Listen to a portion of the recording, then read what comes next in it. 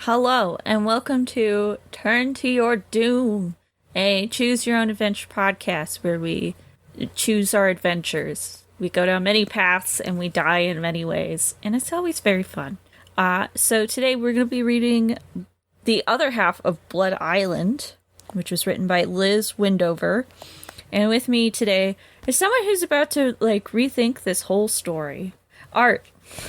Hi. Wow, I really sounded like I just woke up from a nap. God, ooh. Wow, can you imagine? Being in my 30s is just, it's wonderful. Honestly, that's usually me before we do anything on Fridays or Sundays. I'm usually just waking up from a nap. Ooh. But yeah, we're gonna read the other path of Blood Island, which looks much longer and more interesting. Are you excited, Art? This one involves zombies, I believe. Yeah. Let's go. Possibly pirate zombies. Oh, that doesn't really change the situation that much, honestly. Well, we were dealing with ghosts before. They were incorporeal. Now we're dealing with a corporeal... Yeah, but version of the undead. Okay. This is not to take the wind out of your sails, because you're very obviously excited. But if you add zombies to pirates, all you're doing is changing the setting. It doesn't really change the overall content of how they're going to try to kill you. Like, pirate ghosts, different. Pirate vampires, different. Pirate werewolves are even different. Pirate zombies is just like you're being chased around in a more tropical setting. I think maybe it's because it reminds me of Scooby-Doo on Zombie Island, which is maybe an incredible movie. I also just flipped through and saw some interesting things. Okay. That aren't zombie-related, by the way. So, We're going to go all the way back to the beginning to our very first choice, which, if you don't remember, we got pulled into a whirlpool. We're on a research trip to find Blood Island and study some birds. Oh, that's right. There was the whole part where you're like, why do they call it Blood Island? Your friend's like, I don't know. I don't know. Anyway. So yeah, you get sucked into a whirlpool, you wake up on this island, your ship is beached, it's just you, one of the cooks named Mac, and your friend Andrea. That's all that's left. And your first choice was either to build a shelter with Mac or go get water with Andrea. We chose to build a shelter with Mac, so we're going to take the other route instead. We're going back in time, we're remaking our choices. If only that was a real thing that we could do. I would somehow find another way to fuck it up. And it's even worse. You wouldn't just fuck it up or not fuck it up. You would find a secret third thing where you fuck it up more. Be like, if I just stop this one event, it will make everything better. And not in you're always doomed to do it. I will find a worse way. Whatever. It's not even going to lead back to the bad thing. Worse. It's going to be actively worse. I love that idea. Alright, so we're turning to page 52 to assist Andrea with finding water. Sorry, Mac, I'm with Andrea on this one, you say, and I don't think anyone should go in there alone. Okay, he says to some dismay. I'll stay here and figure something out. He looks at the wreck ship. Good luck, he adds. You and Andrea each grab a bucket from the pile of wreckage and head towards the jungle. The sun is almost at the horizon. Andrea steps into the shade through a slight break in the vines, and you follow right behind her. You have to whack your way through a 20 yards of dense jungle. But once you are under the biggest trees, things open up. It's cool and spacious under the canopy. The tree trunks covers almost every surface. You smell the moisture in the air and hear steady chorus of animal sounds, birds whistling, insects ticking, and monkey booting rhythmically in the distance. I can hear water, you say soon as you pick out the familiar trickling gurgle from the other sound. You're right, Andrea says, slowing down and cocking her head. Where is it? You've been following a faint path. It's narrow, but there is a visible trail on the spongy forest floor, where someone or something has walked many times before. What do you think uses this path? You ask in a low voice. Oh, anything. Maybe monkeys, Andrea says, sounding distracted, as if it didn't matter. You think it matters very much. You look behind I know. You look behind you, thinking you hear a stick snapping. When you turn back, you see you've reached a fork. Andrea says, squinting into the trees. What do you think? Right or left? Or maybe we should split up and double our chances of success. Or failure, you say. The right path seems to head straight into an especially dense thicket of trees, and the left curves away up a slight hill. You don't see any obvious advantage to either option. If you decide to split up, go to page 55. If you decide to take the right path together, turn to page 64. If you decide to take the left path together, turn to page 72.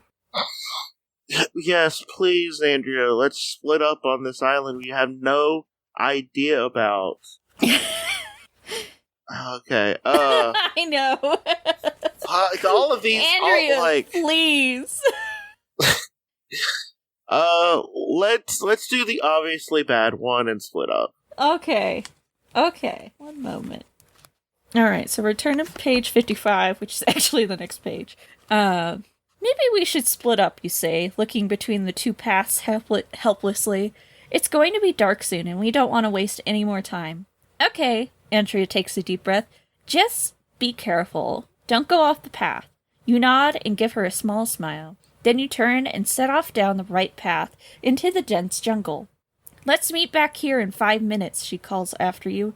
Okay, you shout over your shoulder. As soon as Andrea is out of sight, you regret your decision to split up. One by one, the birds stop their cheerful. Oh my god.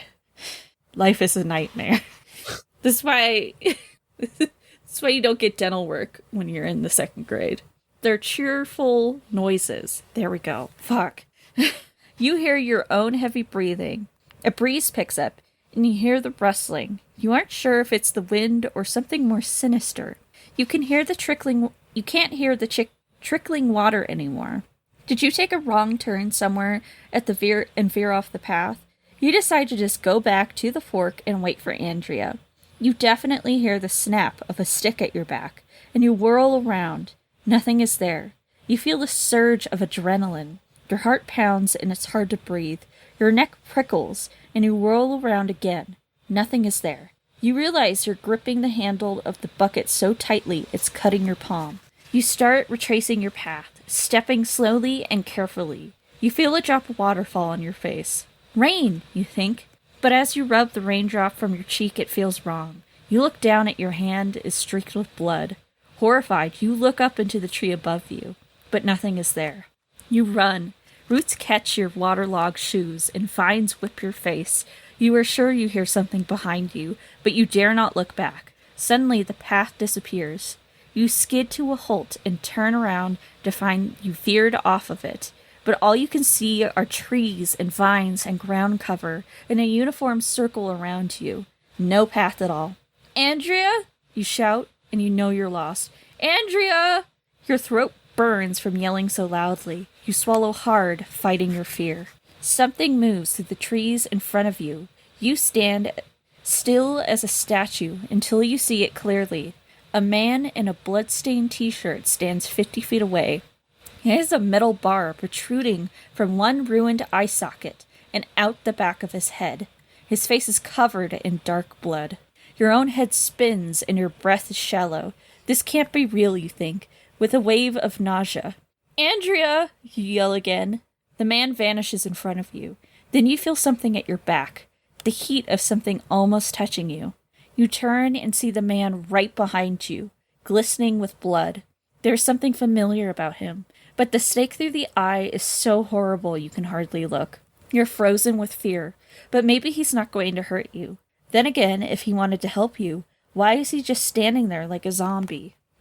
If you speak up and ask the zombie man what he wants, turn to page 57. If you take the offensive and hit him with your bucket, turn to page 60. Okay. Hit him with your bucket. No. No. Okay, no. So Zombie Man. Zombie Man. Okay. So we described him as Zombie Man. Yeah. And I don't think they sounded to have any intelligence, because most people would, like, do something normally, right? It's just standing there. It's made no sound. It has a pipe through its eye. It kind of looks familiar, but we can't tell. Alright. Well, let's do the dumb one. Let's call out for it. Ask the zombie what he wants. Yeah. Be like, hey you, zombie. Person that I said is a zombie, and not a different thing. Like I'm confused about what you are. Yeah. Okay. This one jumps around a lot. What do you want, you stutter? Who are you? The man hasn't moved. He's just standing there, no more than 10 feet away. You force yourself to look back up at his face. Glenn? You shout in horror. Glenn was your classmate at the university. He was on the ship with you. You peer at his bloody face, still half hidden in shadow. Could it really be him? Then you hear his unmistakable voice in your head, as if he's speaking right to you, into your brain. Don't be afraid. Don't run. Are you okay? You ask aloud, aware of how stupid that sounds. I'm not. But it doesn't matter now, the voice says. I didn't make it through the shipwreck alive. You, Mac, and Andrea are the only ones. Your heart falls at these words. Listen, he says. This island does have a curse. The rumors are all true. You're smart.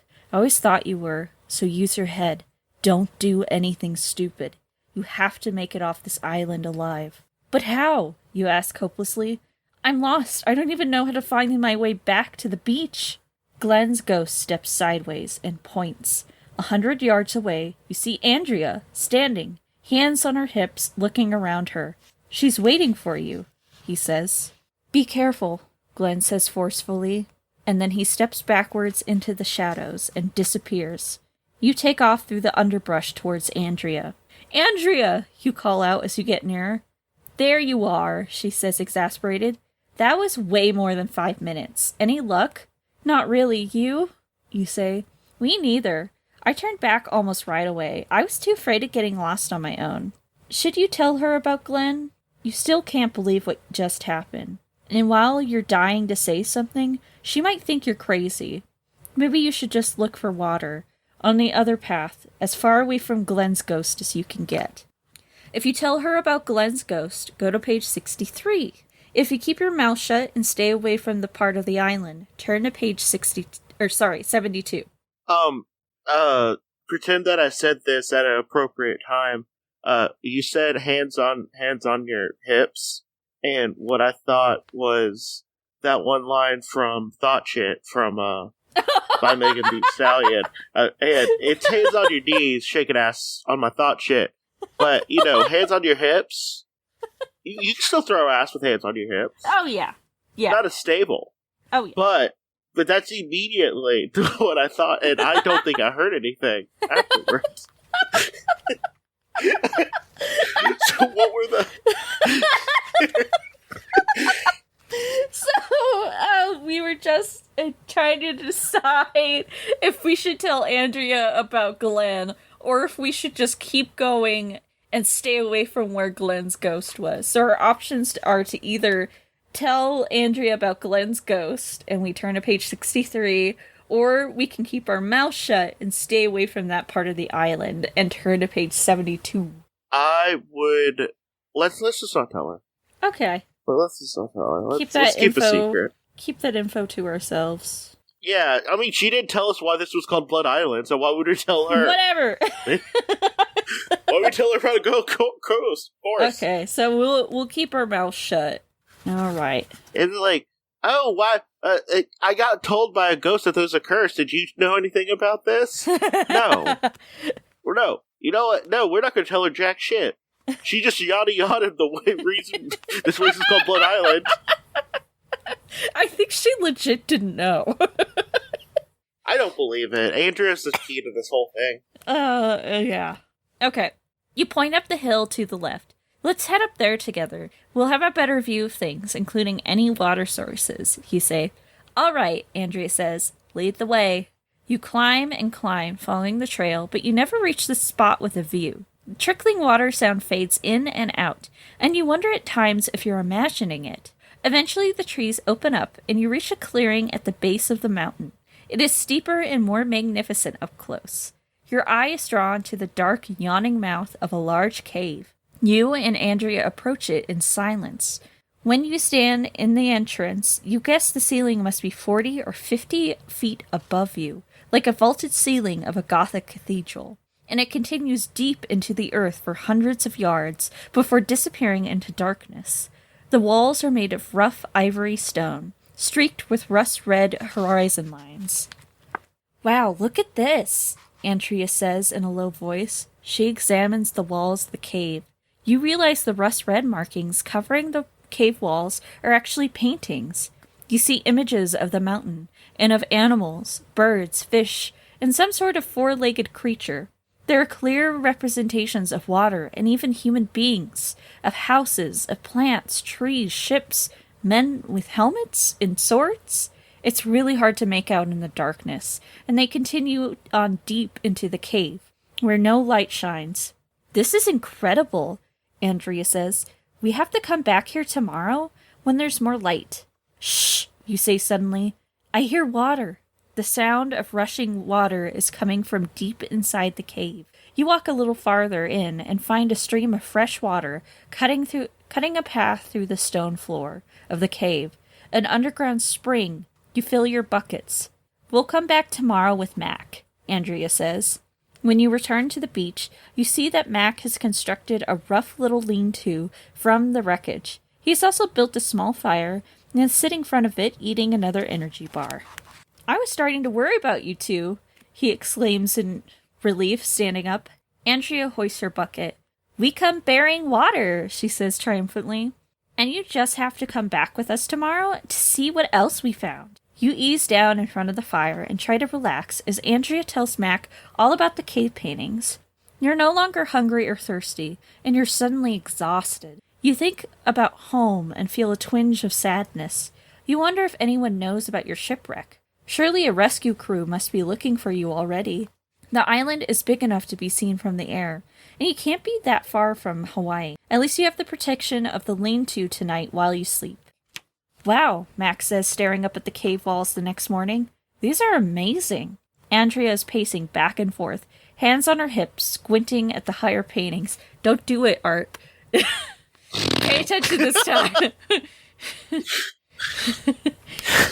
Pay attention. Important things are happening. I'm sorry. I now just thought shit is just going through my head. Nothing but thought shit. There is no other thoughts. No other information can come in while thought shit is happening in your brain. Boy, I just wish I had my glasses, she says breathlessly. Just incredible. It's early morning and there is enough light to see more paintings, and you could the night before. My gosh, says Mac, look! He points at the painting of a beach lined with tall stakes. Stuck on each stake is a human head with red blood pooled underneath. The image makes you uneasy. I hope whoever made that painting was drawing from their imagination and not reality, you say quietly. You stare for a moment at the small scene depicting two figures, a person and another large creature. A dinosaur? Can't be. A bird? A really big bird. Wait, this looks like the crested astabil. You notice its wide triangular beak, thick legs, and the horn-like casque atop its head, like the Australian cassowary. Andrea wanders over to look with you. Oh my, she says. Could this be the Adzabil? You say? I have a good feeling about this, she says with a smile. So, you guys, Mac pipes up from behind you. This is really cool and all, but we all need to focus on getting off this island. He's looking at you helplessly. What if we're stuck here forever? He says in a quieter voice, and looks like he's really worried. Andrea sighs, but doesn't say anything. Mac, you say, we're going to be fine. We have each other, and we have supplies from the ship. You try to smile, but he reminds you that the Azabil's aside, you're still shipwrecked. I have an idea, you continue. Why don't we try to climb this mountain? We'll be able to see the whole island. There must be something useful to us that we could see from the beach. It takes the three of you about an hour to climb a steep few 100 feet of the mountainside. The sun is still obscured by thick, dark clouds, but the temperature and humidity keep rising as the hours pass. You're drenched in sweat, and you're followed by a cloud of tiny, obnoxious flies. The terrain is becoming more shrubby and rocky the higher you go. You skid on some loose gravel and skin your knee. Your legs are getting tired. You feel an odd vertigo, like your body is too heavy while your head feels light and tippy. Whew! Andrea pauses and exhales. Welcome to the tropics! Mac grunts and wipes some flies off the back of his neck. You reach a clearing in the trees where you can see the mountain rolling away beneath you, and the tops of the trees are like round broccoli crowns. You still don't have a vantage point of the other side of the island. You all agree to keep going up the mountain a little farther. As you take that next step, you experience the vertigo again. It's like there's a magnetic field making the air thick and heavy and hard to move through. The ground trembles slightly, but distinctly, and you hear a very deep, very faint rumble, like faraway thunder. Then it stops, and your vertigo is gone. Whoa, you guys feel that? You ask. Feel what? Andrea asks, turning around in concern. Yeah, Max says, looking around, then asks, is this a volcano? Did you make me climb a volcano? What did you feel? Andrea asks, looking around. Just then you hear a crashing sound in the brush up ahead. You're all silent for a moment before Max says, Great, something else that's about to kill me. Oh, Mac, don't be so dramatic, Andrea says. Did you make me climb a volcano? It's so good. Like, how fucking dare you? First off, how dare you? Second off, how dare you? I love it. Take a look at this. Andrea pokes something on the ground with a stick. You catch up with her on the trail. She's examining a pile of brown, shiny pellets, each the size of a chicken egg. You lean close and then back away a little bit when you realize what you're looking at. Oh, wow. Is that bird excrement, she says, and it's very large, which means it belongs to a very large bird, larger than I expected. She sounds excited but a little nervous. You can see here there are seeds. It's been eating some sort of fruit. Mac is hanging back and looking impatient and anxious. What if someone sent a rescue team but were not on the beach when they arrive? Andrea sighs. I'd really like to keep going. I came here for this bird, and if it exists, I want proof. She sounds like she means it and looks at you, her eyebrows raised. Don't you? You think you feel the ground rumble again. But before you can say anything, you hear another crashing sound in the trees farther uphill. If you decide to go with Andrea to look for the crested Adzabil, turn to page 80. If you think it's best to stick with your goal of finding help and getting rescued, turn to page 89. What was the first one? Go with Andrea to try and find the crested Adzabil, the big bird. Let's do the worst option. Again, with Andrea. Big bird. Big bird. Bird. I just imagine both you and Andrea chanting that while Mac is in the background like, oh no. I just love the idea. You and Andrea, arms up, just yelling bird, over and over again while going deep into the jungle. Yeah, Mac is just like not even coming along, just standing there. Ooh! Okay, I'm excited. I saw there's a little illustration at the bottom of this page, so I know it's coming. Okay, Andrea, but let's be quick about it, you say. I want to find the ad spill as much as you do, but it's not worth getting lost. Mac sighs in resignation, but follows along. You continue hearing sticks snapping and seeing rustling up ahead. You check behind you to make sure you're not getting too far off the path. When you turn back around, you almost walk right into Andrea because she stopped at the foot of a giant boulder. On top the boulder is the largest bird's nest you've ever seen. What surprises you more is that its massive size. What surprises you more than its massive size are all the baby birds in the nest, each one about the size of a full-grown chicken. Under different circumstances, you would find their appearance almost funny. They are mostly featherless, with bright pink wrinkly skin, giant pop eyes, and hooked beaks. Their tiny pointing wings have a few wispy white feathers poking out, and they flap around helplessly in excitement while making a sort of hiccuping, cheeping sound. And there's a little illustration of them. They're pretty cute. I like that Andrea's reading it as, excitement. It's actually they're being really scared because she's just, again, arms up, yelling, birds, birds, birds, birds, birds. You figured you're probably scared the chick. You know what's up. You figure you've probably scared the chicks, but you hear another rustling sound behind you, and you turn to see a bird, twice as tall as Mac, emerging from the shrubbery.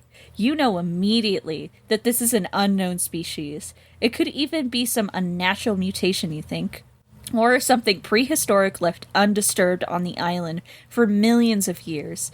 It looks just like what you expected the crested adspill to look like, except 10 times bigger. The bird glares down at you. You are intruders in its home. The blue-green feathers down her back are iridescent, while the rest of her is mottled warm russet brown. Her feet are the size of truck tires lying fat. Each one of the claws is the size of your forearm. Her bright yellow eyes flicker with intelligence as she evaluates the three of you, and the crest on her head, bright red and the size of a serving platter, is everything you'd hope for and more. Her bill is very wide and thick, and probably strong enough to rip your arm off. Holy! Mac trails off. He's pale as a ghost. Andrea's expression mirrors yours, eyes bright with wonder. What should we do? You whisper, looking at the adspill in the eye. You guess she's trying to figure out if you're a threat or food, or both. Don't move, Andrea says firmly. Don't run. If you run, she'll think you're prey, and then she'll catch up and kill you. Mac doesn't look convinced. Don't move, Andrea repeats. If you decide to run, turn to page 84. If you decide to stand your ground, turn to page 86. Stand your ground. All right. Page 86. Okay. I think Andrea's right. Mac, don't move, you say. You look at the adspill and think, don't be afraid, I'm not your enemy. Really, you guys are chanting, bird, bird, bird, with your hands in the air. You reach into your pocket for an energy bar. The great, beautiful bird cocks her head suddenly at the movement of your arm. What are you doing? Mac whispers urgently. You just said not to move. Trust me, you say. If she wants to eat us, she'll eat us, whether we run or not. You unwrap the energy bar very slowly and hold it out at arm's length. The adspill cocks her head the other way, eyeing your hand very carefully. Then she runs at you full speed. You squeeze your eyes shut, but she stops short, just a foot in front of you. She's leaning down, looking into your eyes. Your breath is coming in shaky waves. Please let this work, you think. Then the adspill, slowly, tenderly, carefully, plucks the energy bar out of your open palm and swallows it whole. She stands up tall again, takes a few enormous steps around you, and settles down in her nest next to her cheeping chicks. Mac drops to the ground.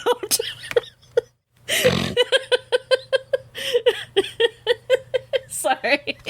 I wasn't expecting that. Andrea bends down to help Mac up and gives you a grin. Nice job, she says. I was nervous for a second there. You know, when it charged at us like an angry bull. You grin back. Me too. This is amazing, isn't it?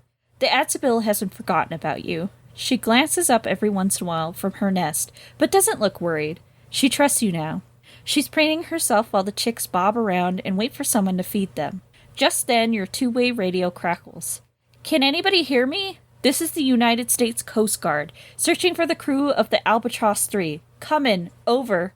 Affirmative, you shout over the radio. This is the crew of the Albatross 3. Over. Reading you loud and clear. We've got a bird circling you. Can you make it to the beach? Over. A bird, Max says in alarm. You laugh. Don't worry, it's military talk for helicopter. Then into the radio. Roger, see you on the beach. You take one last look back at the Adzabil and her nest and wonder if you'll ever make it back here someday. If not, whether the world will believe what you've seen, and if not, whether the world will believe what you've seen. On your way back to the beach, you find a 2-foot-long feather and tuck it into your belt, thinking, bird DNA, and the hand is worth a family of birds in the bush. The end. Oh, that was a good ending. You made friends with the big bird. Okay. Yeah, that's why I picked up a book called Blood Island. Make friends with birds. Okay. So our other option was to run. Yeah, let's run. Oh, it's also an ending. It's very short. You trust Andrea's knowledge, but this is different. No one's ever studied this bird. Plus, your life depends on it. I can't. You whisper, I'm out of here. Mac, you coming on 3, 1, 2... No, Andrea says. You and Max sprint in the opposite direction. Your fear propels you, and you're surprised at how fast you're moving. You wonder if Andrea is following you. So you venture a look back, but all you see is the Adzabil, charging towards you like a freight train, and her enormous, powerful beak trained on your head. It's a shame the world will never know that she exists. But tonight the baby Adzabils will have the best meal of their lives. At least you contribute in a small way to the survival of such a magnificent species. The end. Okay. Oh my god! I would like to point out that they might have just met a giant shoebill sport. Oh, that is very possible. They're actually very docile, shoebills. Yeah, but they look like they'll fucking kill you. They do. They 100% do. They're so intimidating. Like, I've seen pictures of them, like, looking at you, like, front on. They have predator eyes. They really do. They're, like, front-facing. It doesn't look right. Okay. So, if we decide to take the other route, so if we decide to stick to our goal of finding help and getting rescued, instead of going and looking for the big bird, we gotta turn to page 89. Okay. I agree this is important, you say to Andrea with a sigh, but I really don't think we have time for this right now. She gives you a hard stare. Fine, she says, her lips tight, and starts to walk down the mountain at a quick clip. Descending the mountain is easier than climbing up. You reach the clearing and the trees where you admired the view of the sloping mountain before. The sky has turned a bright, cloudless blue, and the sun is hot. You smell something spicy. You see wisps of gray smoke trickling out of the trees below. Rescue, you think. But then you get a better look and realize there's an entire village below you. Thatched roofs, mud homes, cleared fields, and dark soil that you could have sworn were just full of trees a few minutes ago. You see people down there, working in fields, some standing near small houses. Children are running. You hear laughter and you smell cooking meat. You feel a sense of peace. Hey, you guys, you shout. The three of you stand and stare.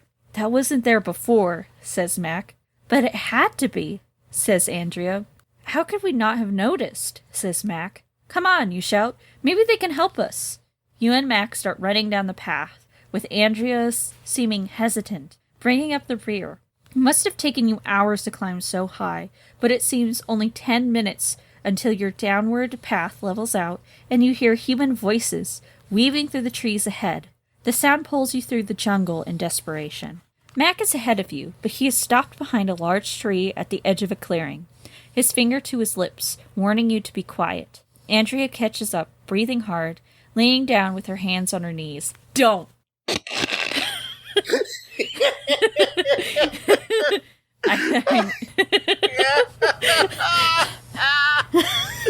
Oh, God, why do they keep on describing where her hands are at?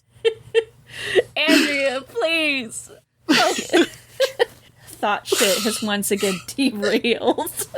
Yeah, God, she keeps on doing so much thought shit. Damn. That's all she knows. She knows nothing else. There is a group of kids, teenagers maybe, working the soil in a clear field not far away from you. They are laughing and joking together as they drag long poles through the dirt, breaking up the clumps. Mac points out a small structure, a hut with clay walls and a thatched roof at the edge of the field. It looks like a home. You see a woman with a small child on her hip disappear through the dark doorway. If you think you're better off approaching the woman in the house, turn to the next page. If you think you should approach the kids in the field and ask for help, turn to page 95. I will only approach the woman in the house if we do it as stealthily as possible. I can't promise that. Okay. Yeah, I wanted to do very quietly and not announcing ourselves at all, just to make sure that she knows she's definitely being followed. Oh, great. Yeah. Yeah. Yeah. I mean, it's probably better to do. Let's do. I think what is the worst choice, and go in the house. Okay. Andrea leads the way towards the mud house. She walks slow and deliberately, and you try to stay calm behind her. She peeks around the door and says something quietly. You and Max stay outside, but a second later you hear a blood-curdling scream, and Andrea jumps back out, looking shaken. Bad idea, she says. Maybe we should go. But people are already running towards the hut, and before you can make an escape, you're surrounded by a dozen or so men with glittering weapons. Looks like you're not going anywhere. Without listening to your pleas, a group of tattooed men tie your hands and march you through the village. You stop at the same cave that you, Andrea, discovered the day before. Deep inside the cave, you're led down a narrow stairway into a pit filled with prison cells. They put all three of you in the farthest, darkest cell. You're left there without a word. You wonder if anyone will ever come down to your cell again, or if this is supposed to be your final punishment.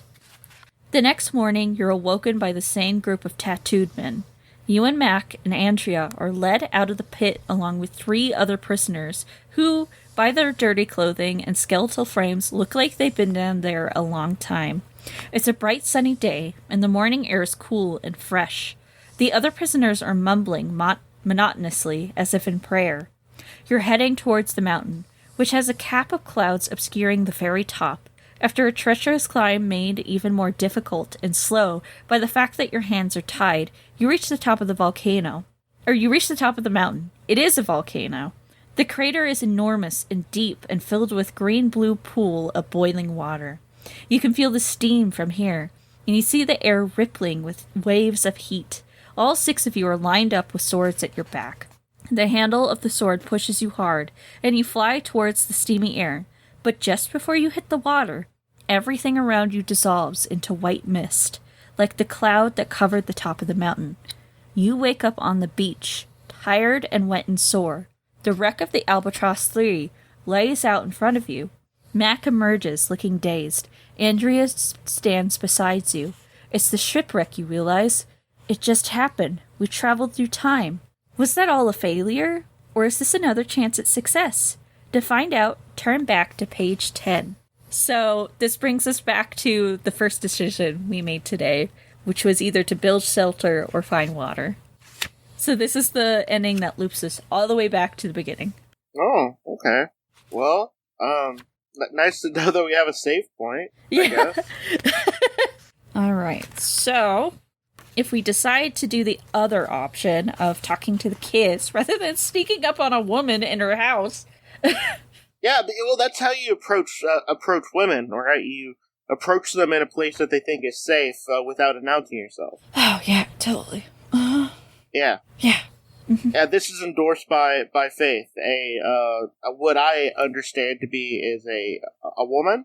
Is that what you are? I may or may not actually be several opossums in a human suit, but I can't be sure. Oh, okay. I could be a cat. Okay, women. You're a women instead. Plural. I could be a frog cursed with sentience. Who knows? Really? I don't identify as multiple people. I don't identify as non-binary, even though I am a group of possums. I identify as women. We are all women. We're all female. We all securely identify within the feminine range of gender expression. All of the opossums, by the way. Not one of us deviates from that. As a group. We're all on that material girl stuff. We all got our nails done and our hair's brushed. We're all wearing hair clips. Alright, so if we take Hey, Art, use this as an excuse to finally make a material girl drop. Because I keep on like going back and forth on it. And it's just like, no, I need it because I think about it all the fucking time as a drop. Tomorrow I have to book my next nail appointment because I get paid, and it's all every time I look at the schedule, that's all I think. Like, material girl. Material girl. Okay, so we take the other option of talking to some teenagers. You nod towards the Which field. also, definitely something you should do as an adult, because that's definitely not a thing that could be considered creepy. 100% normal. Yep. Yeah, just drive up to a high school after everyone's left out and just talk to some teenagers. It's definitely not weird. It's definitely not. Join the high school anime club.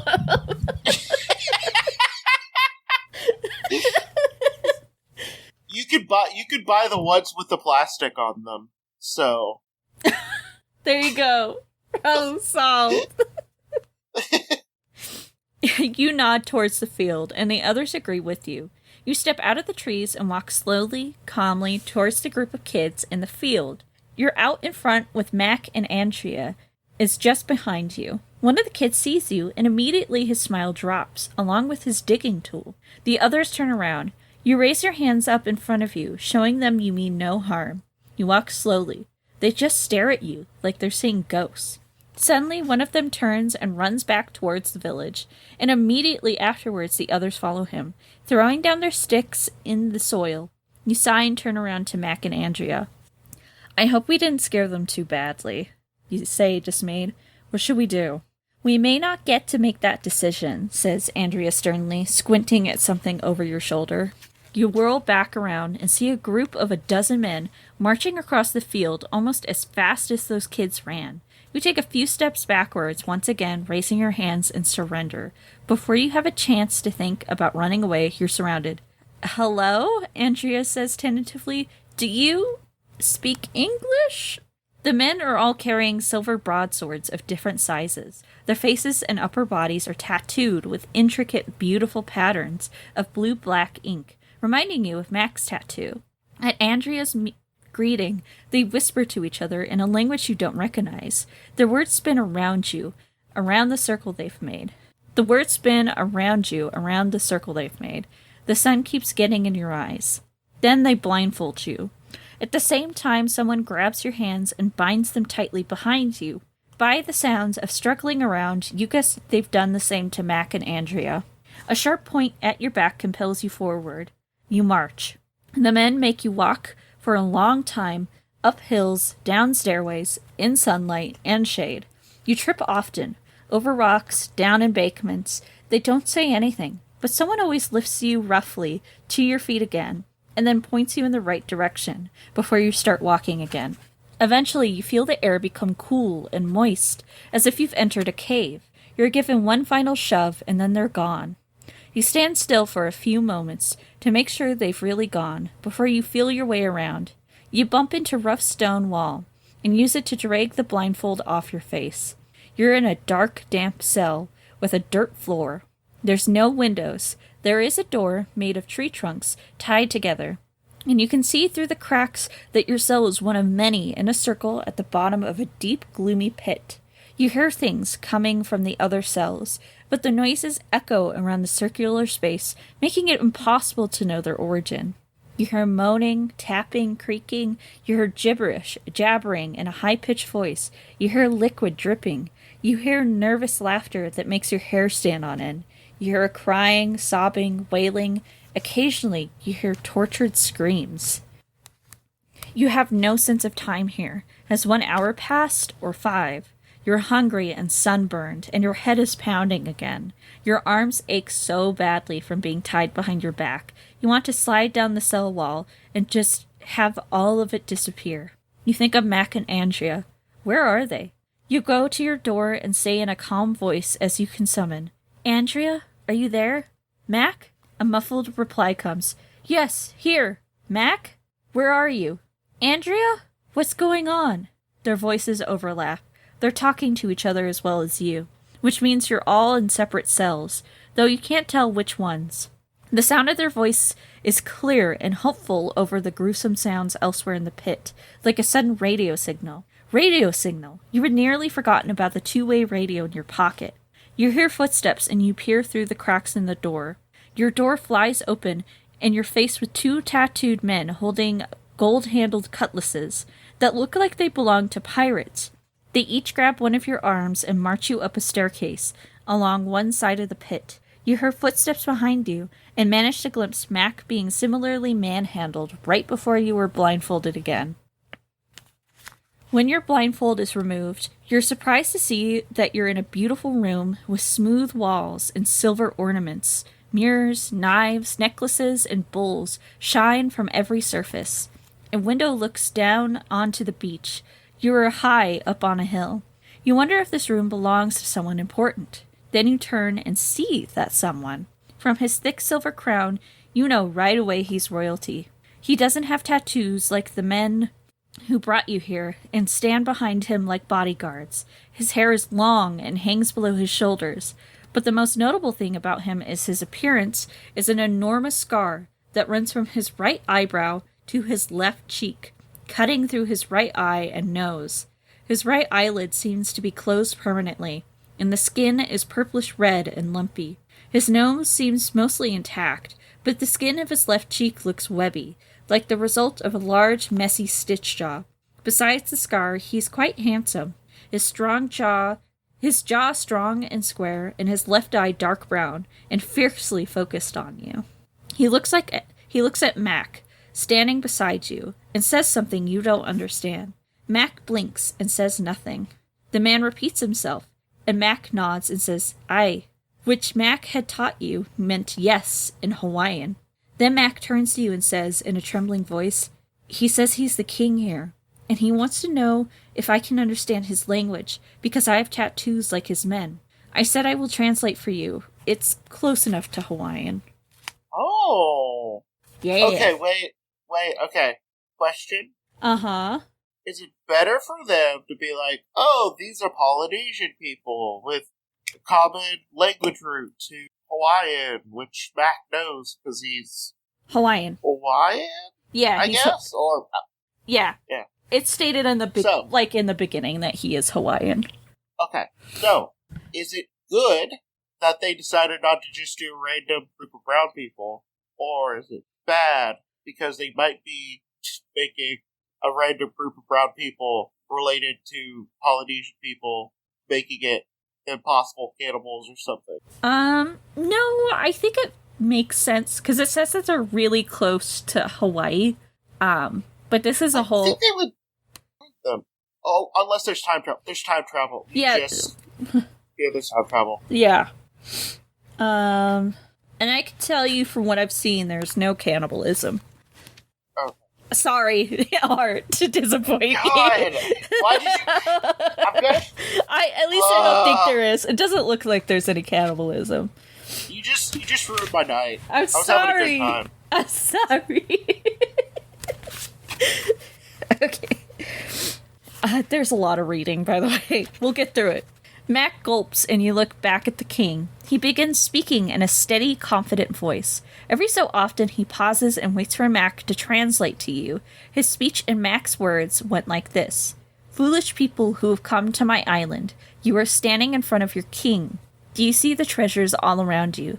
Do you see the ocean below you? These are the symbols of my power. You will be my subjects as long as you are alive. Yesterday, a ship crashed onto my shore, just down at the beach there. A big, beautiful ship with many men on board who wanted to trade with me. They wanted to trade spices. Ha! Flavored dust. These men were helpless. Their ship was ruined, and they asked me for food, for shelter from the rain and wind. They wanted me to show them kindness. I asked, did they have any silver? They said no. They only had the spices. They were on their way to trade the spices for silver when they landed on my beach. Do they think I was so stupid? I have been tricked by men like that before. To be kind is feeble. To show mercy is a weakness. I gave them a meal to calm them down. Then I cut off every one of their heads. If you look out the other window, you can see them. The heads. I put them on the beach, on those sticks, so everyone sailing by knows exactly what will happen to them if they land their ship here. They will never leave. He stops talking, and Mac finishes translating. Your legs feel like jelly, and your stomach is cold with fear. The king watches you closely, and then points out the window down the beach, inviting you to look. You take careful steps, not sure you want to see. Every few feet, for 100 yards down the black sand, is a human head atop a 10-foot pole. Blood has pooled below. The king speaks up again, and Mac translates. Who are you? Why are you here? You don't know what to say. Where did you come from? You were different from those other men. Where did you go? Where did you come from? Where did you go? Cotton Eye Joe. Should be your answer to that question. Everybody knows Cotton Eye Joe. Yeah. Obviously. Where did you come from? You are different from those other men. You wear different clothes. You do not look like sailors. Are there more of you? His voice is louder now, but Mac remains calm and you remain silent. Where is your ship? The king shouts his last question. He's getting impatient. You see the mountain at the window, too. Over to your right. You could have sworn that this beach right in front of you, with all the heads, is the beach that the Albatross 3 crash-landed on just last night. But it's nowhere to be seen. Further down the beach, you see an enormous multi-decked timbered ship with beautiful, wide white sails, an ornate bow. It looks like a Spanish galleon, which you've seen pictures of in history books. The thing is, galleons haven't been seen since steamboats took over the 18th century. Pretty sure they've been seen. Yeah. You can go places. Yeah. But whatever. I mean, they aren't widely used. Oh, I gotta read just. I know a soft boy. Hi.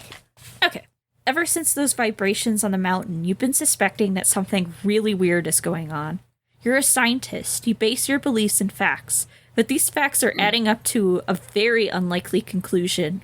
You went back in time.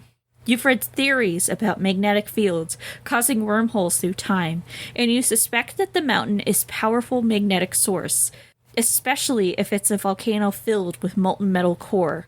You have an idea. Mac, tell him that we have special powers, you say quietly. Mac looks at you like you've grown another head. Just tell him. Just tell him we're, I don't know, immortal, not from this world. Tell him we can communicate with each other telepathically. I don't know if that's a good idea, Mac says. Do you have a better one, you snap? He's going to put our heads on stakes unless we do something to change his mind. Mac nods and speaks to the king.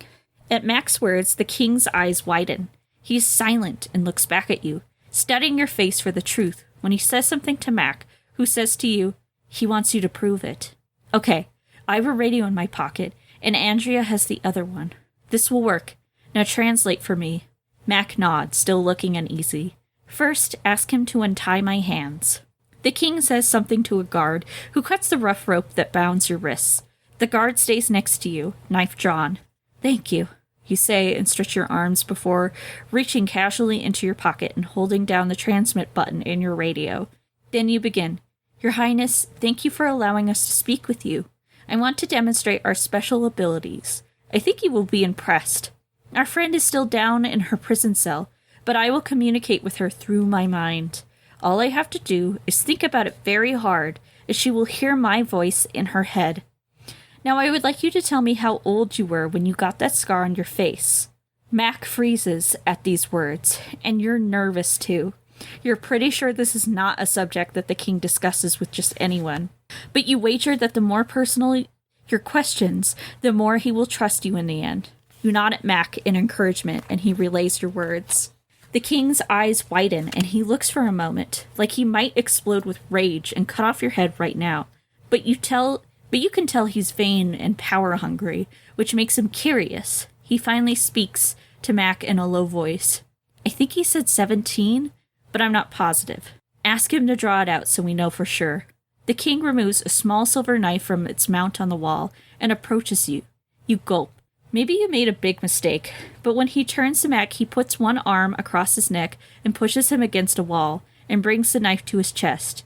He touches the tip to Mac's dirty t-shirt and drags it down a few inches. The blade is so sharp that it slices right through the fabric without tearing it.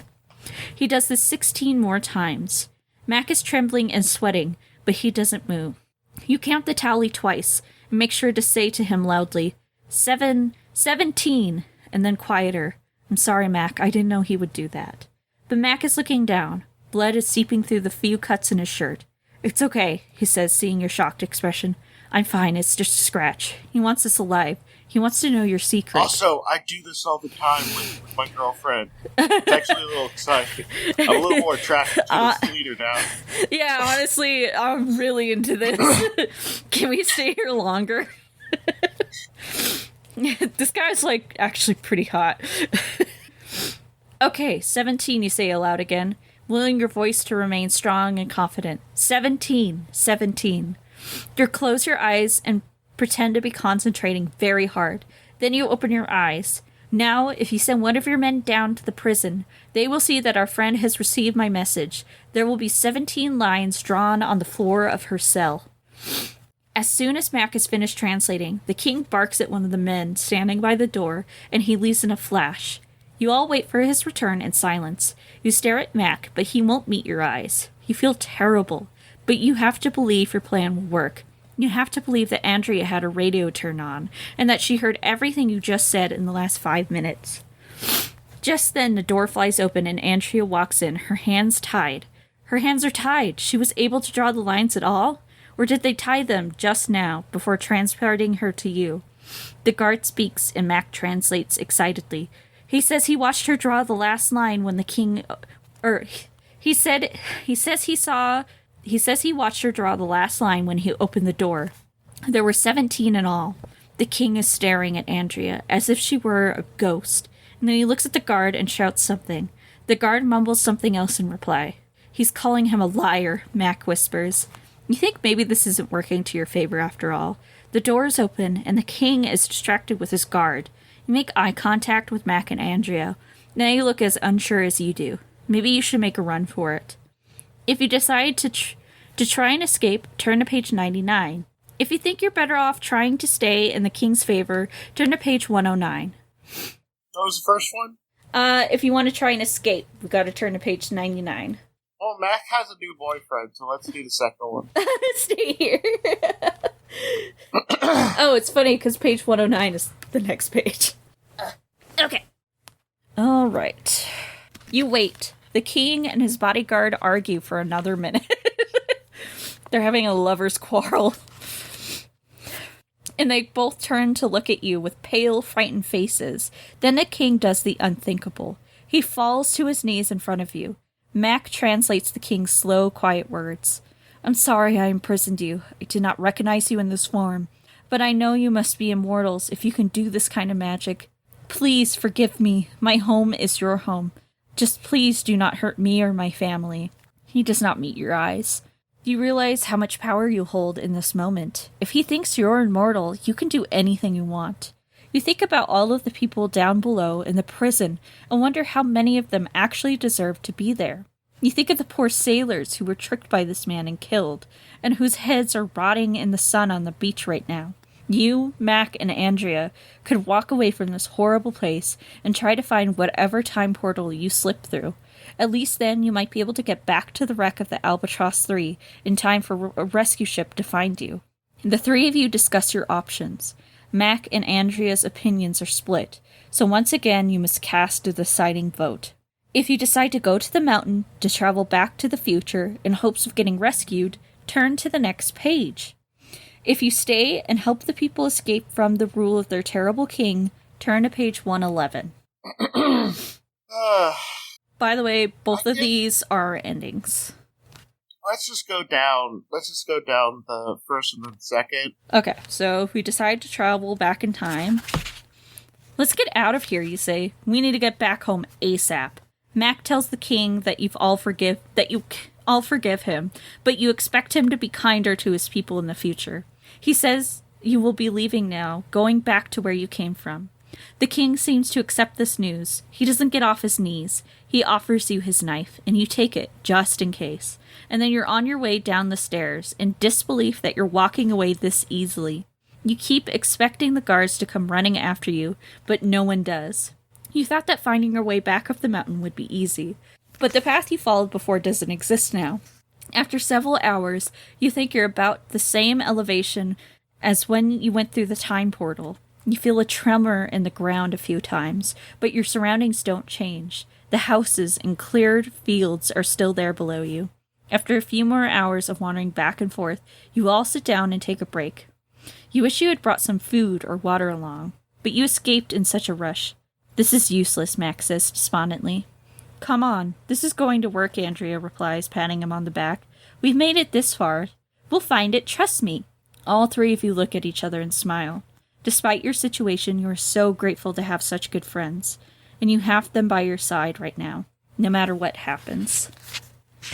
Alright, and then if we decide to help the prisoners, I can't walk away, you say. I think about what we could do here. I think about all the lives we could save, and all the pain and suffering we can prevent. Let's not run away off from this chance. They both nod in agreement. Your positive energy is contagious. You help the king to his feet, and he smiles too. We're here to help you, to say to him. This is your second chance. Showing mercy and kindness isn't feeble, like you said. Letting fear and anger drive your decisions is true weakness. After Mac translates this, the king smiles again and offers you the knife still in his hands. You put it back in place on the wall, no longer a weapon, but a decoration. You don't want to take over for the king, since this island is not your home. You don't know the language or the customs or the history. Instead, you encourage him to be more kind and compassionate leader. You try to make life better for his people. He respects that even though you have such strong magic, you don't use it to gain power. You, Mac, and Andrea live in the village and learn to farm. The people are fun-loving and kind to you, especially when you realize you've stopped wondering when you're going to leave and instead look forward to every day of your new life there. One day, a ship arrives at the island. You know the king has changed his ways, for the most part, but all the same, you understand he would be wary of outsiders. You are relieved to find that some of the men on the ship speak English, and they're really fascinated to find you on this island. You ask one of them what the year is. It's 1776. Remember this date. The colonies in North America just declared independence. We're from America, you say in awe. The sailor looks at you skeptically and asks, how did you get here? You learn that this merchant ship was on its way from China to the colonies in South America, but their food supply has been contaminated. They are more than willing to trade some silver for food. With Mac translating, the king obliges. A festive meal is prepared for the hungry sailors, and that night, with all the food, music, and dancing, you have the most fun you think you've ever had in your life. When the sailors leave the next day, part of you wants to go with them, but you know you won't be more at home anywhere else in the world in the year in 1776. This is where you belong now. As soon as their ship is out of sight, you feel the ground rumble, and for a heart-stopping moment, you wonder if the volcano is active again. But before you can think another thought, the whole world around you vibrates into white mist, and then rearranges itself in another way. You blink. You're on the beach, and Andrea and Mac are beside you. Only this time, the whole crew of Albatross 3 is with you too. Something you did back in time must have triggered a butterfly effect to stop your shipwreck from happening. Maybe you prevented the whole curse of Blood Island. You, Mac, and Andrea look at each other with huge smiles of disbelief. You all burst into laughter, and Glenn, standing next to you, looks up from his clipboard annoyed. Quiet, he says, with that nasally, patronizing voice you remember so well. You're going to scare away the birds. Oh, Glenn, I never thought I'd be so happy to see you. You say earnestly. You piece of shit. I hate you. You say earnestly, but laughing. You give him an enormous hug. He clutches his clipboard to his chest and looks at you, one eyebrow raised, wondering what sort of bizarre joke you're playing on him. The two of you never did like each other very much. Don't worry, you say. I have a feeling we'll find the birds, and they'll be amazing. But while I'm thinking of it, can I book a chess game with you for the trip back? I've really been honing my strategies for long-term decision-making. I think you'll be impressed. The end. If we decide to tell her about Glenn's ghost... Holy Toledo, Andrea gasps after you finish your story about losing the path and Glenn's ghost. He said to be careful, so I think we should stick together for now. I agree, Andrea says with a serious look. My path didn't look promising. Did you get very far down that one? No, I admit. I veered off pretty quickly, so maybe we should try again. Andrea nods and looks a bit worried. Water is going to run downhill, you say. So going right is really our best bet. Okay, good point. Andrea agrees, and you set off down the right-hand path. You part a stand of giant ferns and sweep vines away from your feet. The sound of trickling water remains steady. As you continue, the path becomes clearer and wider. Suddenly, you both stop short, staring at the imposing structure in front of you. It's very tall and very wide, built of large blocks of gray-brown stone. It's pointed, like a pyramid, but the intricacy of the carvings in the stone and the wide entrance reminds you more of the shrine or temple. You still hear water trickling, but don't see it anywhere. You and Andrea approach the entrance. The stone is blotched with moss and lichen, and strangled in thick vines, but beneath the growth, you see an exquisite carving of animal shapes and faces. You enter the thick stone doorway into a cavernous room. The ceiling is open to the sky, letting in a little bit of light. The stone floor has symbols and lines cut into it, making geometric patterns that look intentional and mathematic. The room surrounds a shallow pool, no more than a foot or two deep, fed by a channel of water. Andrea gasps, looking up the walls around you. Your eyes have adjusted in the low light, and you realize what she sees. The walls, which go up about 3 stories, are piled with human bones. You're in a tomb. Oh. I've heard of these places, Andrea says very quietly. Ossuaries, charnel houses, mostly in Europe or on small islands where they don't have a lot of land available to bury people. Every few years they dig up the bones and store them somewhere to make room for new bodies in the cemeteries. There is a shelf about halfway up the wall where skulls are lined up neatly, all facing you. You feel like all of the dark, empty eye sockets are watching you. Maybe we should go. This doesn't feel right, you say. I agree, but let's grab some water quickly. Andrea picks up her bucket and walks towards the pool in the center. Think it's clean? She asks, kneeling in front of it. You join her. The water is crystal clear, almost too clear. It has an odd silvery shine. Maybe it's from the stone at the bottom of the pool. As you stare at the water, you see shapes rippling in and out. People's faces, hands, open mouths, and wide eyes. You can also feel their emotions, desperation, pain, and fear. Hang on, you say. Are you sure it's safe? Well, I agree this place is unpleasant, but yeah, I think it's fine. It's just water, right? Maybe you're overreacting. You are very dehydrated. You look back into the pool. The water is clear and empty. Maybe you imagined it after all. You could let Andrea drink it first just to be safe. Oh my god.